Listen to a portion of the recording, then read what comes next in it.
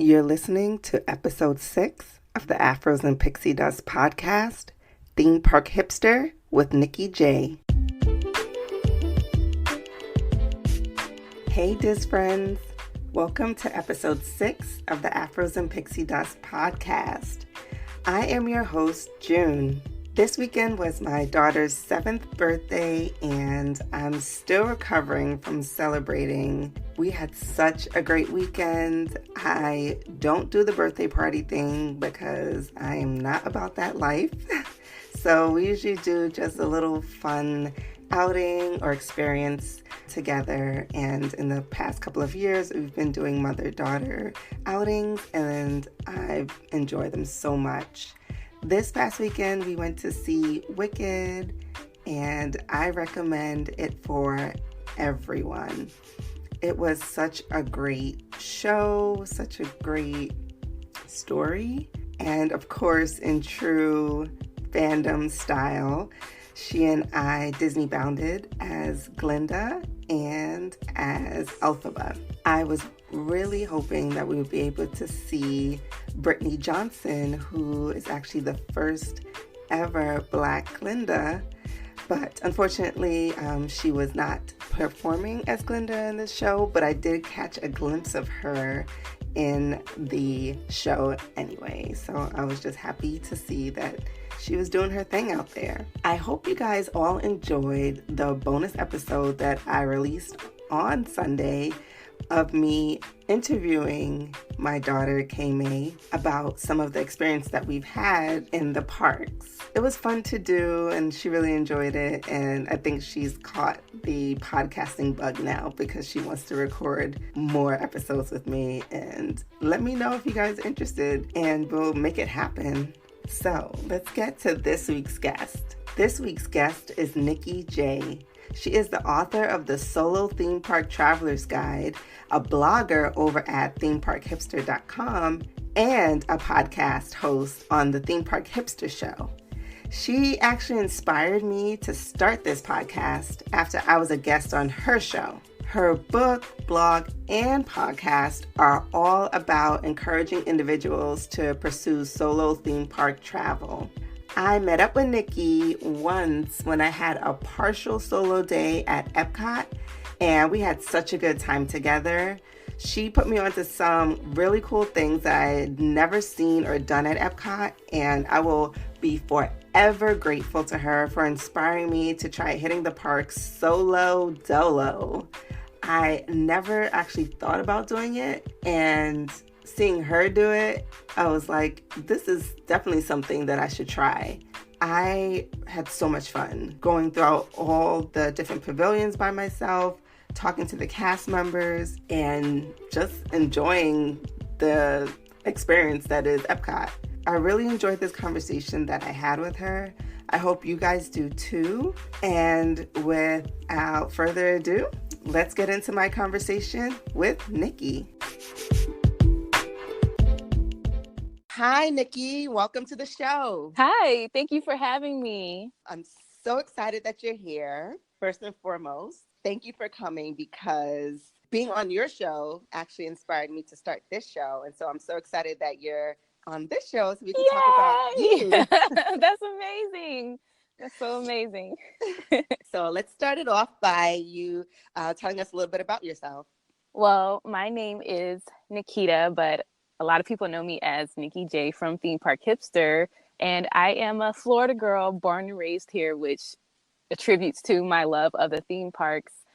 Grew up in a little town called Leesburg, Florida, right outside of Orlando, and then I went on to go to college where I got my doctorate of pharmacy degree, and I always knew that I wanted to do something in the creative space. It's just pharmacy was kind of like that guaranteed job. I wasn't much of a risk taker back then, but I always still had a love of theme parks, and I always had this thing I would tell myself, hey, when I am grown, I'm going to go to theme parks as much as I want, when I want. And when I became a grown person, quote unquote, grew up, I continued that, and that's where I am at today. Awesome. It's so crazy, like how much parallels we have. Like, I went into healthcare, kind of, as that security blanket. And then you kind of numbers and facts and science kind of, you Yes, lose that passion and wonder. And sometimes you just get burnt out, I think. you definitely do. And you need to have an escape. And that's what the theme parks became to me. They became my escape. Yeah, I totally feel that. So when did your love of Disney first start?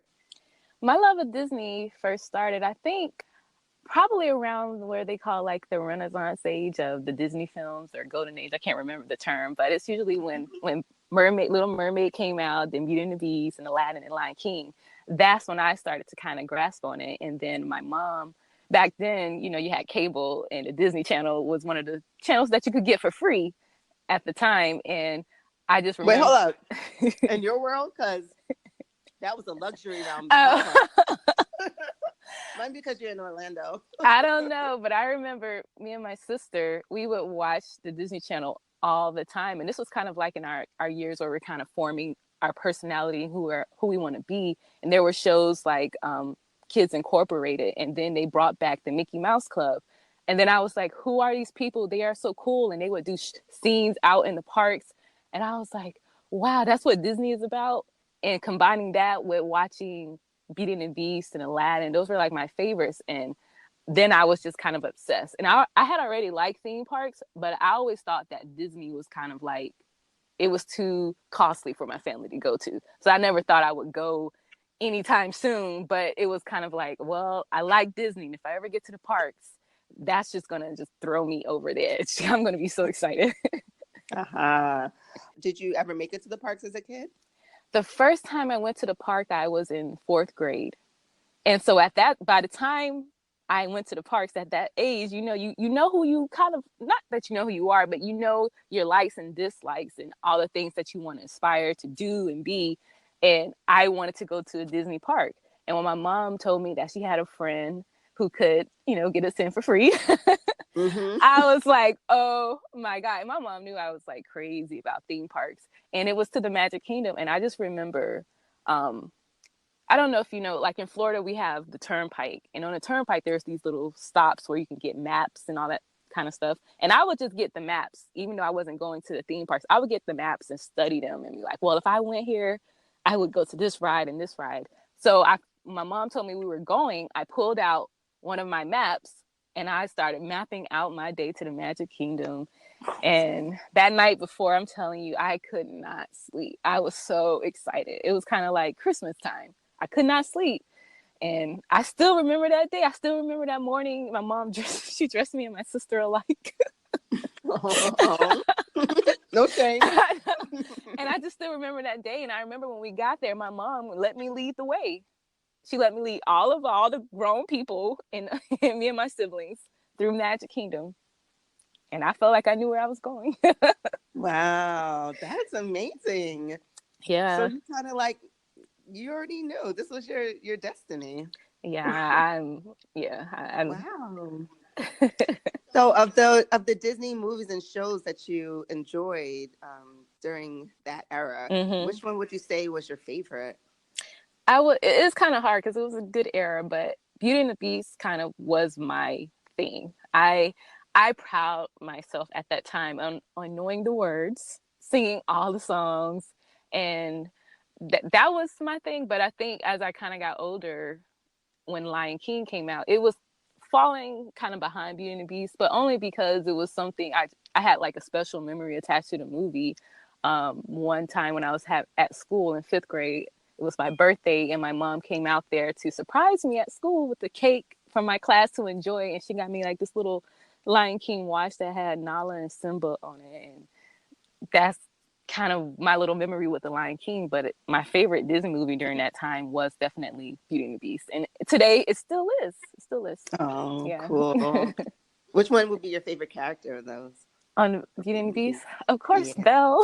Oh, okay. I Dumb wanted to be. question, I right? wanted to go out into the field and turn around and sing. And I always tell my husband, I was like, when we get our dream home, I want the Belle library. Like, I want that. That is goals for real. I think I read a meme or something like, oh, he got her that library. Like, that's the kind of man I need in my life. Yes. So, do you think that Belle is your favorite character or the character you identify with most? I think she's not the character I identify as most. I think I'm a mixture between Alice and Mary Poppins, and I know it's like two different kind of people.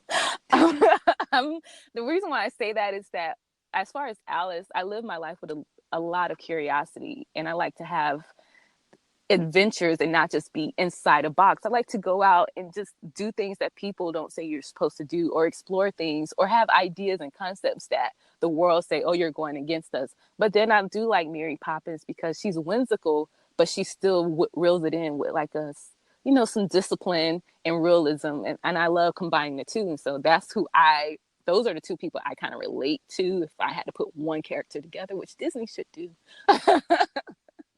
I can totally see that, though. I can see you as like a Alice and a Mary Poppins because you have your practical side, but then you have your creative and artistic side. So yeah, okay, awesome. So I mean, you are the theme park hipster. How often do you go to the park? I try to go at least once a week. Now that I have a child or a baby infant or a toddler now, it is not as easy. And yeah, I do try to go out there once a week. And because I recently moved in the backyard of the Magic Kingdom, now I'm kind of there a lot. So, in that backyard, you got a spare room? I sure do. For all my Disney fans, I mean, not fans, but family. On. Sorry. All the Disney family twice. out there, you guys, you got a room, just the futon. It's not that comfortable, so you're going to probably want to leave. So. It's okay. I can bring my own. You can get an Amazon package with an inflatable bed. That's so funny. Like, what? 2019, the technology we have. Exactly.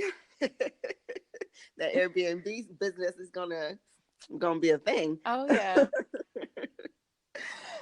So which park would you say is your favorite? My favorite theme park out of all the parks is Epcot. And I know everyone's like, oh, all the adults love Epcot, but I love Epcot because when I go there, it still reminds me of the old days. Oh, I sound like an old person. We're Zennials. It is what it is. The good old days of Disney. But I still like it because even though Epcot is getting, some different things added to it, making it come to times, I still love when I go on Living with the Land that it has that classic Epcot feel. When I'm walking through the gates, I hear that classic Epcot music. And plus, I get to drink around the world like an adult. So, that makes it fun for me.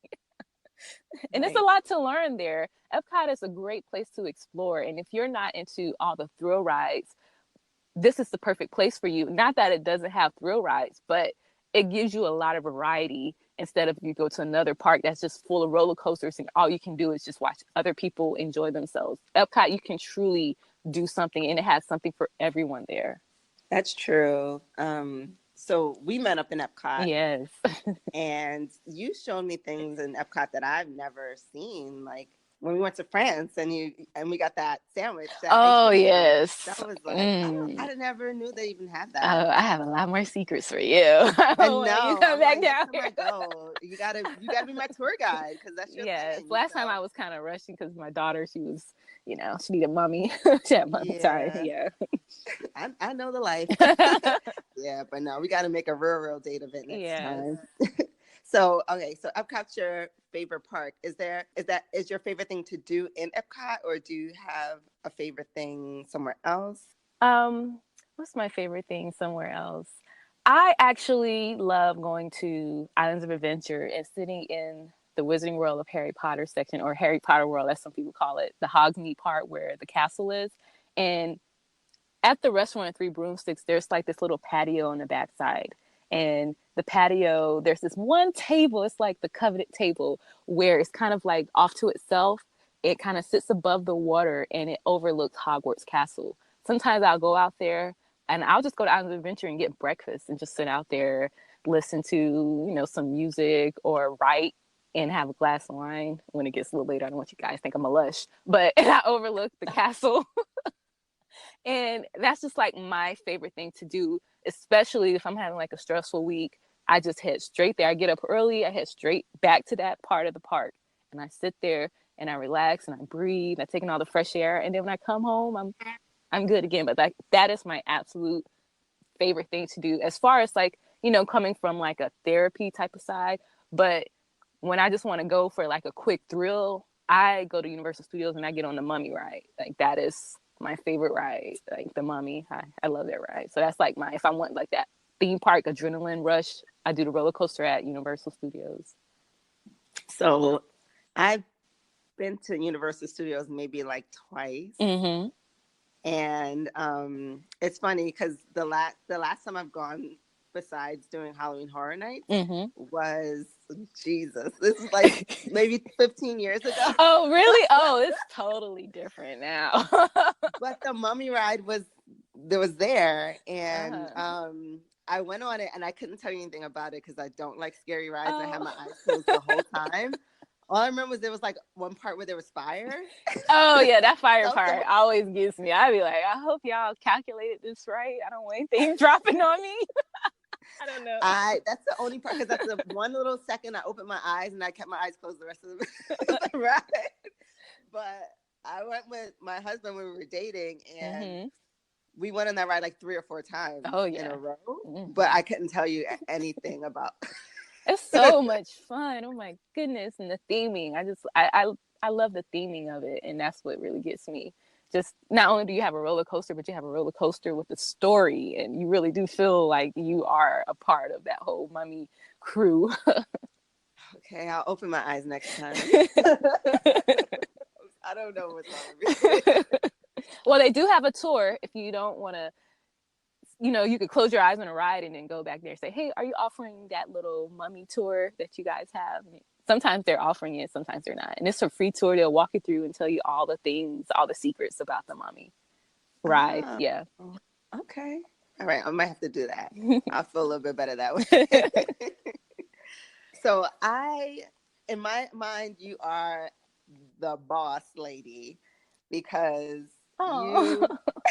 you have your theme park hipster blog, you have your book, you have a podcast, and you have an app. And like your goals, and I'm so amazed, and I love your hustle and your drive. So how did Theme Park Hipster start? Well, Theme Park Hipster started, when we talked about my going to pharmacy school as my security blanket. Right. I was going through a really, really dark time in life. My godson was really ill, and I was in a very, very terrible relationship. And I was just very depressed. And so I knew that when I was growing up, I loved to make videos and to write. And so I was like, well, I want to be a writer, because my whole thing was like, I'm going to be the next J.K. Rowling. So I was like, well, I want to practice writing. So what can I do? And I heard about things about people having a blog, and I was like, well, I don't know what that is. I'm going to YouTube. And this was like in 2011, 2012. I was like, I'm going to go on YouTube and see how to start a blog. And I like theme parks, so that'd be an easy thing to write about. So I started my blog just because I wanted to practice writing so I could write this epic novel. And then I ended up just sticking to theme parks. I forgot about the book. Even though I do have the book, I just, you know how you be. You don't want the world to read it. And I just started writing about the theme parks. But how I was writing back then is totally different, because sometimes I can't go back and read those posts. But that's how I started Theme Park Hipster. I really, really wanted to be a writer. And I felt like writing was going to be my escape from just all the things that I was going through. And I was also burnt out with work, and I was just working so much, and I just needed to just write. And then it just kind of took on a life on its own. Wow. I love that story, because one of my things that I try to encourage people to do is to pursue their happiness. Like, to find, and it's always inside of you. Yes. But, a lot of times we let the outside world and everything that's going on kind of distract us from what we really loved in the first place. Mm-hmm. And just by hearing your story when you were a young kid and you loved, just looking at the theme park maps, like that was your love all along. And going back to that, and then now being able to kind of make your passion your goal, your career, Yeah. that's the best. I tell you, Part. it's one of the most rewarding things I've ever done in my life. Sorry. I didn't know that was going to happen. Oh, God. That's okay. This is therapy. This is, that's the whole goal of this podcast, for people to be inspired and to hear other stories. So it let it all out, sis. It has gotten me through so many things. And no matter what I've gone through, Theme Park Hipster has just been there. And it's always been like, that's your therapy. And a lot of people think, oh, you go to theme parks, oh, it's just fun. But for me, it's more than that.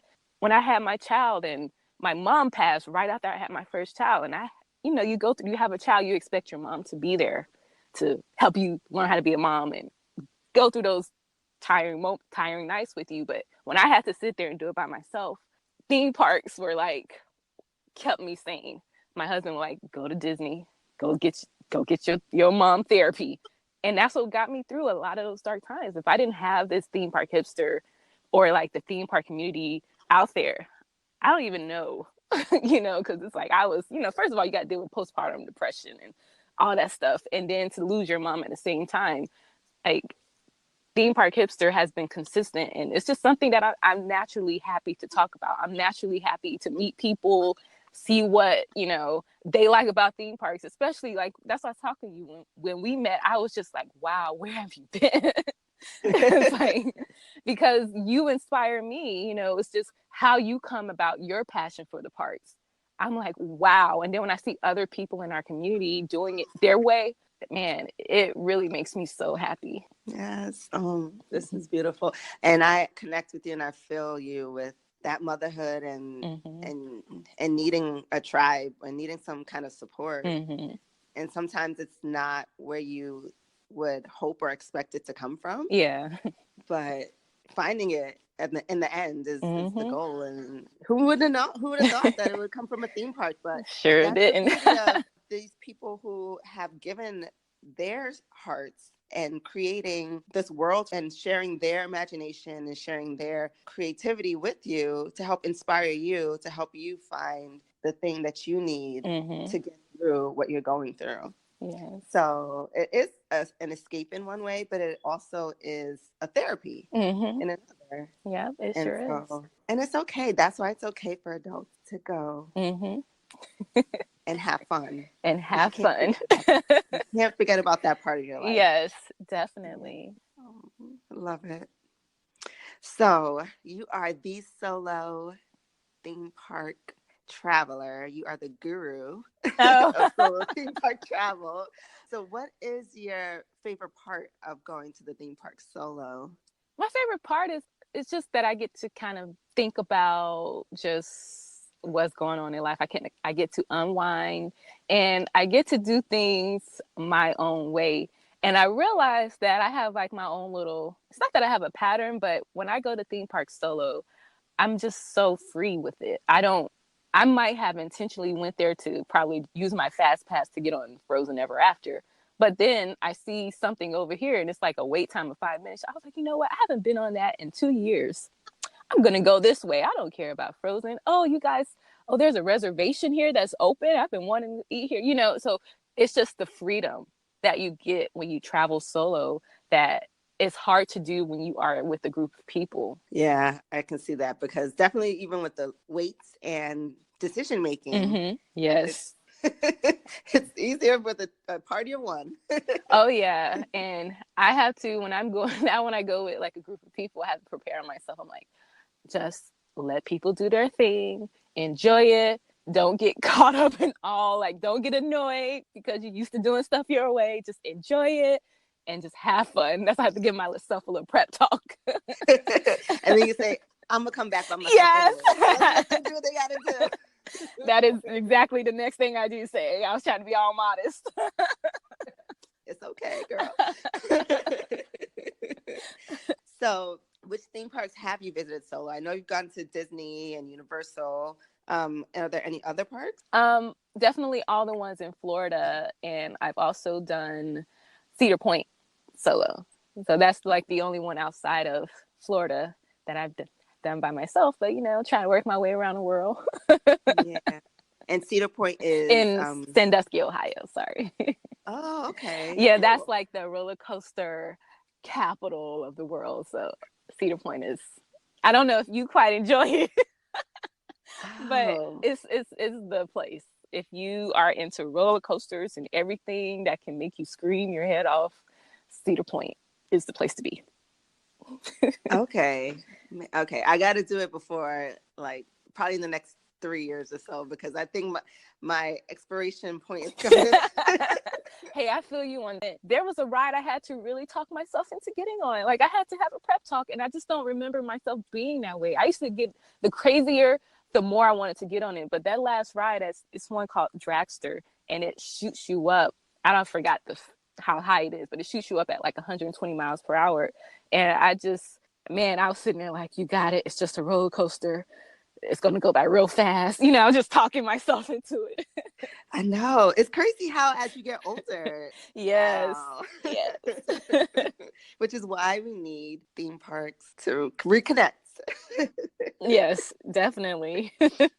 So do you think there's any downsides to visiting theme parks solo? Not there's a downside, but if you do want to have a companion or you want someone to have that share an experience you just saw or some kind of moment, you want someone to be there like, oh, I'm by myself. Nobody's here. There is that downside. I remember when I went to Animal Kingdom for my birthday and I was in the Africa section, and then the guy, he saw my birthday pin. They're the ones who they be on the stage playing like the instruments, and he was walking around, so he started singing happy birthday to me, and I didn't have anybody to record it. So I have that memory and I'm happy, but it'd have been nice if I would have had someone to kind of like see it. But yeah. I hear you. Yeah. Yeah. Well, you remember. Yeah, I remember. But that time I was like, oh, no one's here. So going to the theme park solo, you said, was a bit of like a therapy for you, and you can enjoy doing what you want to do there. Are there other places that you like visiting solo? Oh, yeah. I'm a person where I'll go anywhere by myself. Like, I'll take a full out trip solo. And I think that was, during the time when I was kind of, single and just living life. A lot of times I traveled solo, not because I wanted to go solo. It was because no one's schedule would line up. And I'm the kind of person, I don't like to wait for things. Like, I don't like to be like, oh, well, we can go next year. I don't live my life like that, because unless it's like a major trip, I'm not going to wait next year to go to Atlanta. It's right next to me. If I want to go, I'm going to go within a few months. And so a lot of people couldn't do that, and I was kind of forced to travel a lot by myself. But to get to your question, I dine by myself. I'll go to the movies, but I'm just not a movie person. But if I had to, I'll go by myself. So it's not that it's just the theme parks. It's just sometimes for me, I'm more of a person who like to reflect on things and kind of just have time to kind of think about stuff. And that's why I think solo travel works so well for me. Maybe the last year, I kind of tried to do a little more trips, not necessarily solo, but without the family. Mm-hmm. And I never really got that opportunity because I kind of jumped into the coupledom pool really early. Mm-hmm. But I think it's beautiful to get to do that, to see the world from your own eyes, and and it helps you, I think, build confidence. Oh yeah. And to trust yourself and to be more sure of yourself, because you don't have to run something by someone else. You have to make that decision and stick to it and be okay with making that decision. So I think that's amazing. Yeah. And I never want people to think, I know when they come to theme park history, they're like, oh, well, I don't want to always go solo to a theme park. And it's not about going solo every time you go to a theme park. Theme park history is there for someone who's kind of like, I never thought I could. How can I?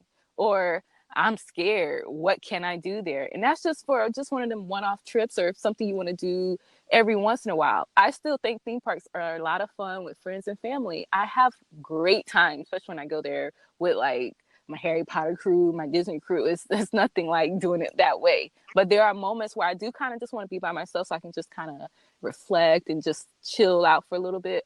So I don't want people to think only solo trips, but I think both types of trips are very beneficial for everybody. Yeah. I mean, you inspired me to go, for a couple hours by myself. And you looked like you were having a blast. You know what? I was so nervous walking in there by myself, and I was just like, what am I gonna do and whatnot? But then I went to Japan, and I had my whole life. I got a pearl, and I learned so much stuff, and then I was like, chilling with a chameleon toy. It was fun. It was fun. So thanks for inspiring me to actually take the leap and try going to, a park by solo, because I probably would have never even thought about doing it or had the courage to do it. Nah, you did it, man. It's like, thank you for just taking that leap and just trying it out for just even a couple of hours. Like, that's a big deal right there. Yeah. And now I'm like, oh man, I gotta go with people now. But you sound like my husband. He just did, believe it or not, my husband just did his first solo trip a couple of weeks ago. Cool. And now he's like, yeah, so I'm going to Epcot. I was like, what do you mean you're going to Epcot? By yourself? Without me? No, I want to go with you. That's so funny. He was like, I just wanted some time, to think about work and all this stuff. I was like, okay. I'm a solo person. I'm supposed to be empowering him. I'm like, no, that's not for you. You're starting a revolution. So, is there a park that you wouldn't recommend for people to go solo? I can't, not that I've been to, no, I can't really say, because everyone that I've been to, I've been solo and they've been a lot of fun. It might be if you go to one, say, so if you're an adult going to Legoland, you might feel a little bit uncomfortable. Legoland is more, geared towards kids, but I still know people who go there solo as adults. Okay. So. I haven't been to Legoland yet. We have like a faux Legoland here where I live in Westchester. It's like it's like an indoor activity center. But later on this year, they're actually building the official Legoland in upstate New York. And everyone's telling me, they're telling me, Legoland's opening, like expecting me to be the first in line to go. And I'm like, okay, thanks. But yeah, I'm definitely going to try to make it out there. Not solo though. I'll bring the kids the first time. Yeah. Plus, it'd probably be a lot more fun if they're there, because it's like, you're trying to play with stuff at the kid level and everyone's looking at you like, what are you doing? Right. And it's just open and you first in line. That ain't right. Yeah. I'll definitely bring the kids at least 1 or 2 times. Yeah. So what would be your top 3 tips for someone interested in a solo trip? Top 3 tips, I would say first, just plan out your day. Just have like a plan. You don't have to do exactly that item, your itinerary, but just kind of have something planned out. That way, when you're walking in the gates, you're not like, okay, what do I do first? And if you're going to parks like Disney, my next tip is to have a fast pass book. And the reason why I say have a fast pass, at least one, because at least you have something that's a timestamp on your day to be like, okay, well, I know at 2 p.m. I'm supposed to be here. And that kind of give you like something to do. So you're like, well, while my 2 p.m. fast pass is waiting, I'll go over here. So it kind of gives you like, just you're easing into it. And another tip that I always say is that if going to a theme park solo is like super, super scary for you, then I recommend, have your trip with your family, but get to the park an hour or 2 before your family gets there. And this will be incredibly easy if you're staying at an on-site resort. You can just kind of get up and walk over to the park an hour or 2 early. And then when they come, because you'll be there, well, at least I'm meeting somebody here. So people looking at you and you're like, I'm meeting somebody here. Don't look at me weird. Because a lot of people have those kind of thoughts in their head. And that kind of can ease you into it. So those are like my top 3. Just plan out your day, have a fast pass, and get there, an hour or 2 early. Those are great tips. Oh, thank you. So, gonna wrap up soon because I'm sure you have lots of theme park hipstering to do. But what would be one thing about yourself that you would like everyone to know? One thing about me is that I like to, I don't know, I like to live the best life I can be and to make sure that I inspire others to do the same. Like, that has been my life. And if you ever meet me in person, I'm always trying to figure out what's your thing, what's your passion, and hoping that you live in your life to either help pursue your passion, your purpose, or that you're doing something that makes you happy. That's all I am about, because I know that here on earth, we don't have all the time we think we have. And one thing that bothers me or kind of saddens me is when I see people living a life of so much routine that they don't get out and explore and do something that may have brought them joy as a kid. And it's not like you're being childish or childlike, but you are bringing a balance to your life as an adult. So for me, it's just about helping people and helping inspiring people to live out their dreams, and hoping that I can live a life that reflects that to others as well. That's so beautiful. Yeah, I Thank you. mean that is great. Like that, we should always remember that tomorrow's not promised, and so you, Yeah. you got to be happy today. Mm-hmm. Yeah. And that's why I'm so proud of you, because like you say I'm going to do something. You know how many times I've heard people say they're going to start something and never do it. And that's why I'm just so thankful to just know you and just see how, because I know you got a lot on your plate. And for you to say, this is my passion, I have to fit this in somehow, like, congratulations. Thank you. And I mean, I You're said it welcome. already, but thank you for inspiring me to do this podcast because I started the blog and I'm still going to pay attention to it, I promise you guys, but it wasn't the easiest thing to sit down and like type up articles and like kind of put it together. Yeah. And it wasn't really where I found was finding my flow. Mm-hmm. But since launching this podcast, it's felt like this was it. This is the way Yeah. to do it because I want to get to know you guys. Like that's the whole point of joining Instagram and joining, fan groups is to get to know the people Mm-hmm. in the group. And so this has been like so fun because I finally get to hear about you guys and talk to you guys, and I love it. Thank you for giving all of us this platform to talk about our Disney love. Yay. Like, thank you for being the one to get out there and be like, I'm here, Yes, guys. yes, please. I want to know about everyone. So where can people find you if they want to know more? You can find me over at themeparkhipster.com, or you can go over to Instagram and just type in Theme Park Hipster. I'm all across the web. You Google Theme Park Hipster and you'll find me somewhere. Yes. And before we go, let's talk about your app. Can you tell us a little bit about it? Oh, well, my app is built for the Theme Park Hipster community. It's where you can get your theme park articles and tips right in one place. But the thing that I really love the most about the app is the trivia section, because I love me some theme park trivia. So when you're on the app, you can go through some Disney trivia. You can also read and watch some exclusive content from Theme Park Hipster that will not be on any other type of social media channel. Yes. And when's the YouTube channel coming out? It's there. I just gotta. That's okay. Okay, I'm gonna put you on the spot. I gotta be more disciplined. I have to be more disciplined and consistent with my YouTube videos. I hear you. I hear you. I know. I have a skeleton one.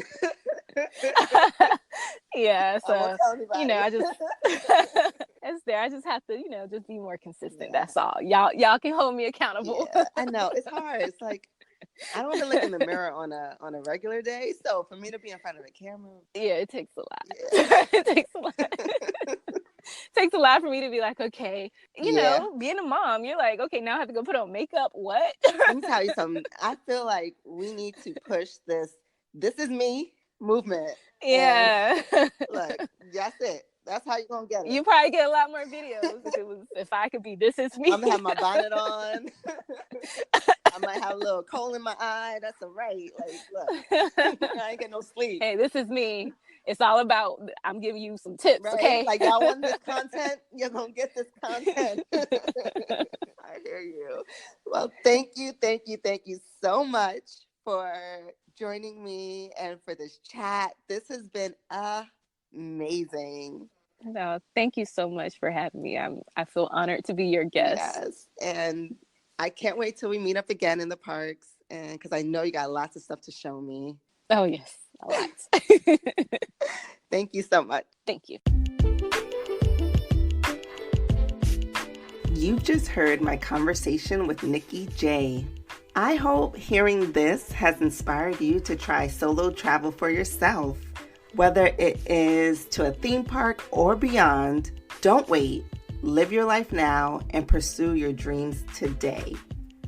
If you want to get to know more about Nikki and see and hear her tips on solo theme park travel, I've linked all of her resources in the show notes. She has so much info to give you on not only Disney travel, but travel to Universal Studios and other theme parks that she's personally been to solo. So definitely take a look at everything she has to offer and go look at her book and see if there's any tips that you weren't aware of that she has in there. And also, if you want to hear the episode where I was a guest on her show, I've linked that in the show notes as well.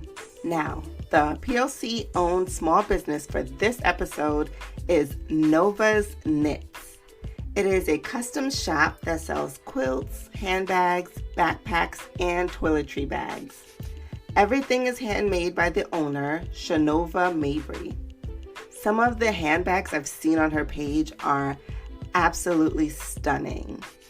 You can check out her stuff at novasknits.etsy.com. A link for her Instagram page and website will be in the show notes. And as always, if you've enjoyed what you've heard, please be sure to rate, review, subscribe, and share this podcast with all of your friends. And also be sure to join the Afros and Pixie Dust Facebook group so we can share our solo theme park experiences with each other. So until next time, never stop deep conditioning or pursuing your happiness.